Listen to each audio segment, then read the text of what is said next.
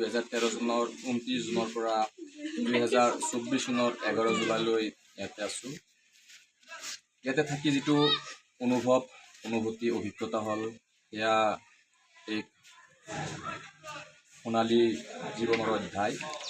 এই চেগতে মই ইয়াৰে যিসকল জ্যেষ্ঠ শিক্ষক আছিল, মোৰ সমনীয়া শিক্ষক আছিল, মোৰ সহকৰ্মী আছিল, মোৰ কনিষ্ঠ আছিল, তেওঁলোকৰ যিটো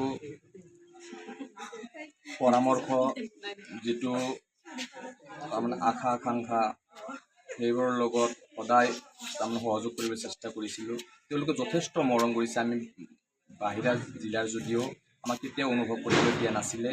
ইয়াৰ স্থানীয় শিক্ষক যিখিনি আছে তেওঁলোকে কেতিয়াও আমাক অনুভৱ কৰিবলৈ দিয়া নাছিল যে আমি বাহিৰা জিলাৰ শিক্ষক বা আমি বাহিৰা জিলাৰ মানুহ। তেওঁলোকৰ যিটো মৰম, তেওঁলোকৰ যিটো ভাল পোৱা, এয়া যেনে এক কিবা ধৰণৰ এটা অভিজ্ঞতা আৰু ভাষাৰে ব্যাখ্যা কৰিব নোৱাৰা এটা অভিজ্ঞতা।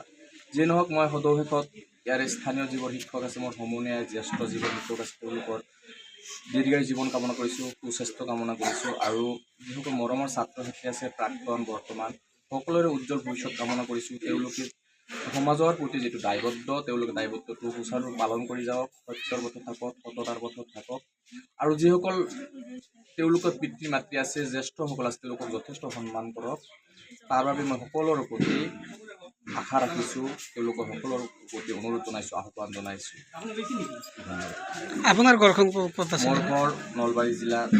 মই বৰ্তমান বৰক্ষেত্ৰী শিক্ষাকেন্দ্ৰৰ অন্তৰ্গত কালবাৰী হাইস্কুলত একক বদলীকৰণ পাইছোঁ।